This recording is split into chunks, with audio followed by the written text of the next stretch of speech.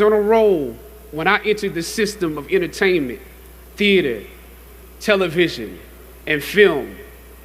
In my first New York audition for a professional play, I landed the lead role. From that play, I got my first agent. From that agent, I got an on-screen audition. It was a soap opera. It wasn't Third Watch. It was a soap opera on a major network. I scored that role too. I felt like Mike Tyson when he first came on the scene, knocking out opponents in the first round. With this soap opera gig, I was already promised to make six figures, more money than I had ever seen. I was feeling myself.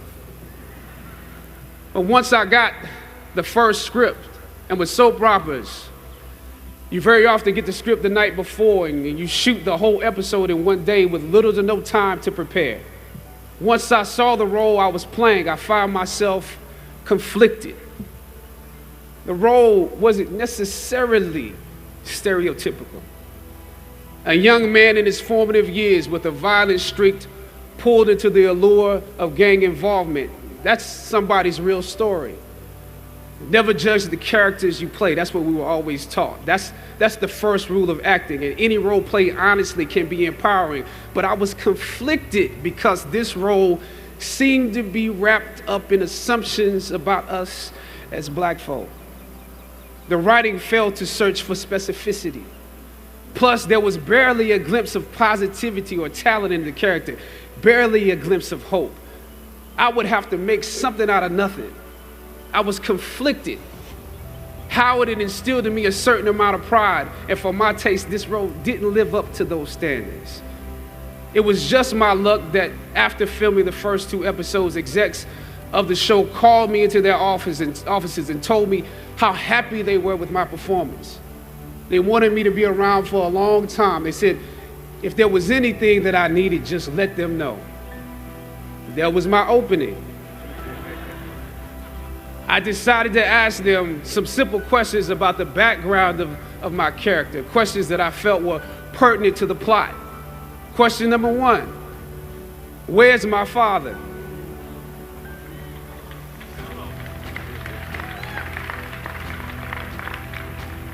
The exec answered, well, he left when you were younger.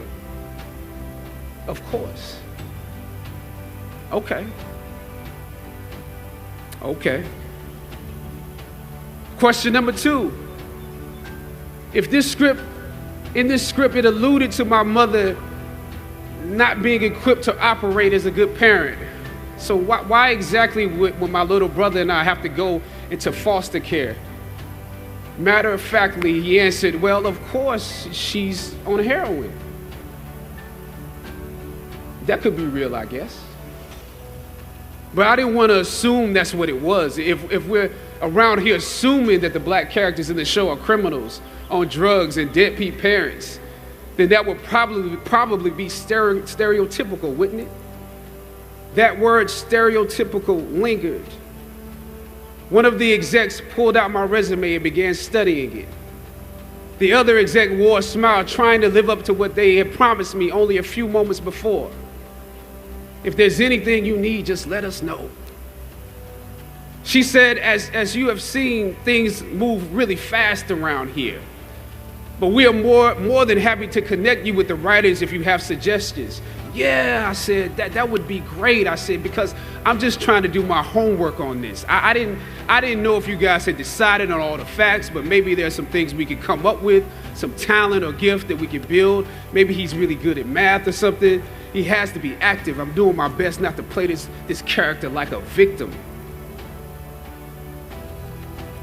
So you went to Howard University, huh? The exec holding my resume interrupted, peeking over the pages.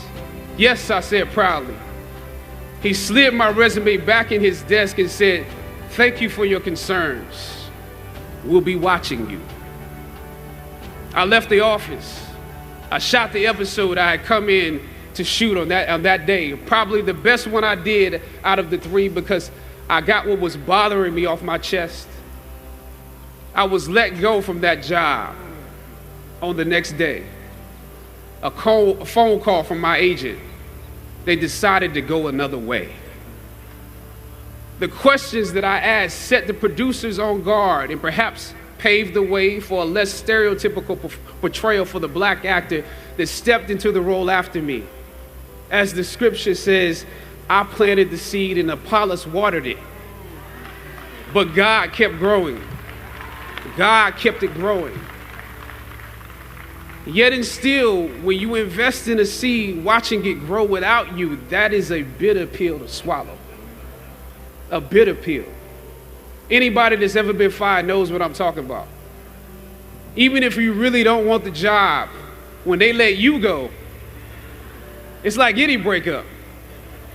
You act like you don't care. I didn't need that damn job anyway. I didn't need them. But when you have those moments alone, you start to wonder if there was a better way to handle it. And if you could have handled it better, maybe you could help your family. And then before you know it, you're broke. And you find yourself scraping together change just so you can ride the subway so that you can get the next job. And maybe if you could book something else, that would eclipse the feeling of doubt that's building. But it seems like you can't pay them to hire you now. My agents at the time told me it might be a while before I got a job acting on screen again.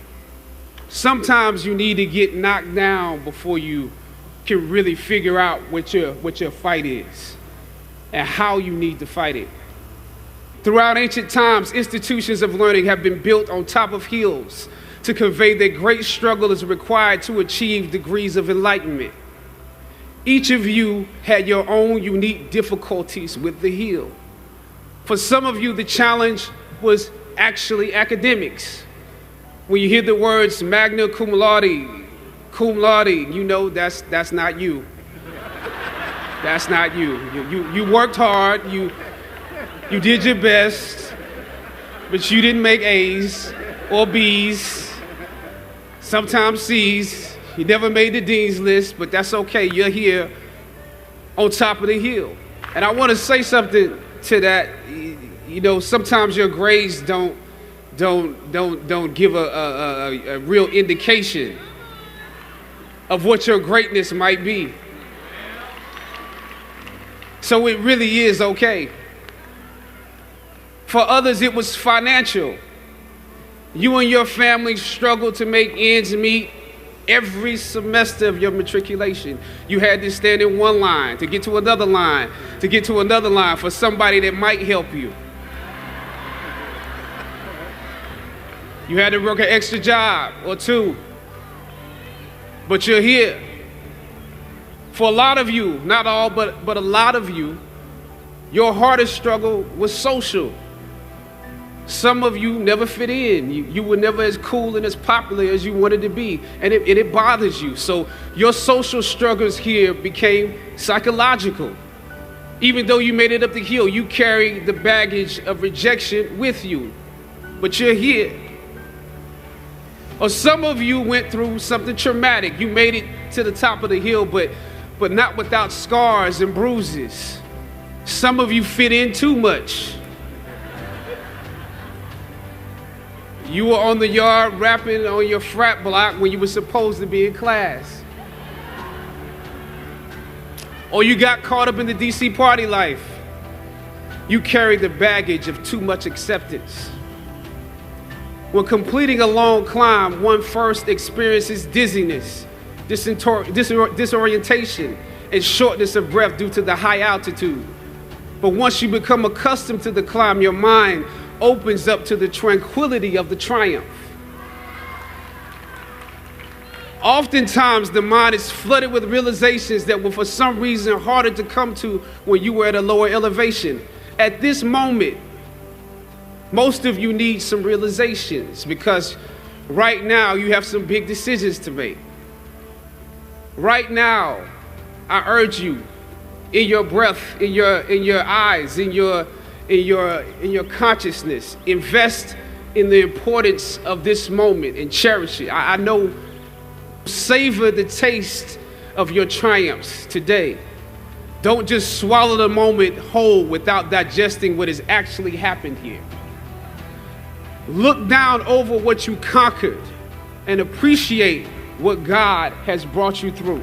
I remember walking across this yard on what seemed to be a random day my head down, lost in my own world of issues, like many of you do daily.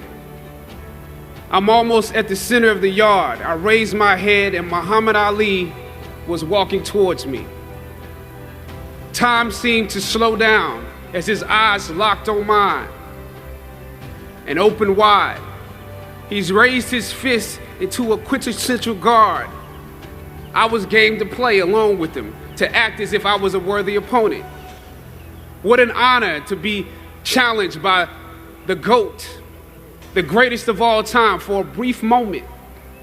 His face was as serious as if I were Frazier in The Thriller in Manila, drawing from his victories and his losses.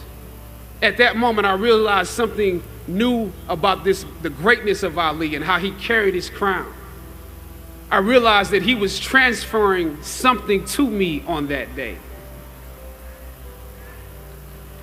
He was transferring the spirit of the fighter in me. He was transferring the spirit of the fighter to me. He was transferring the spirit of the fighter to me. Sometimes you need to feel the pain and sting of defeat to activate the real passion and purpose that God predestined inside of you.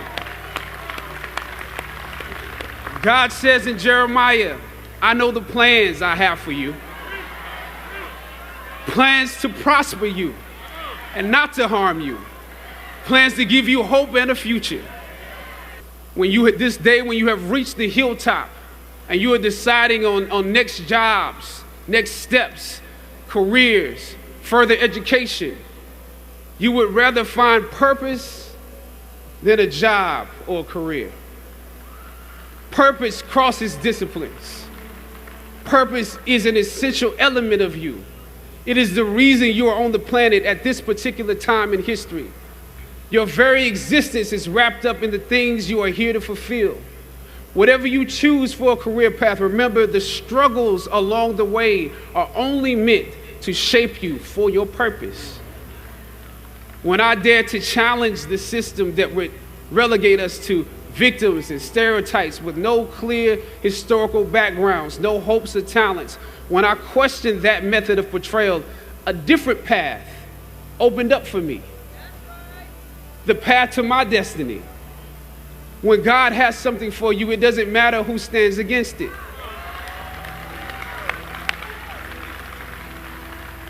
God will move someone that's holding you back away from a door and put someone there who will open it for you. If it's meant for you,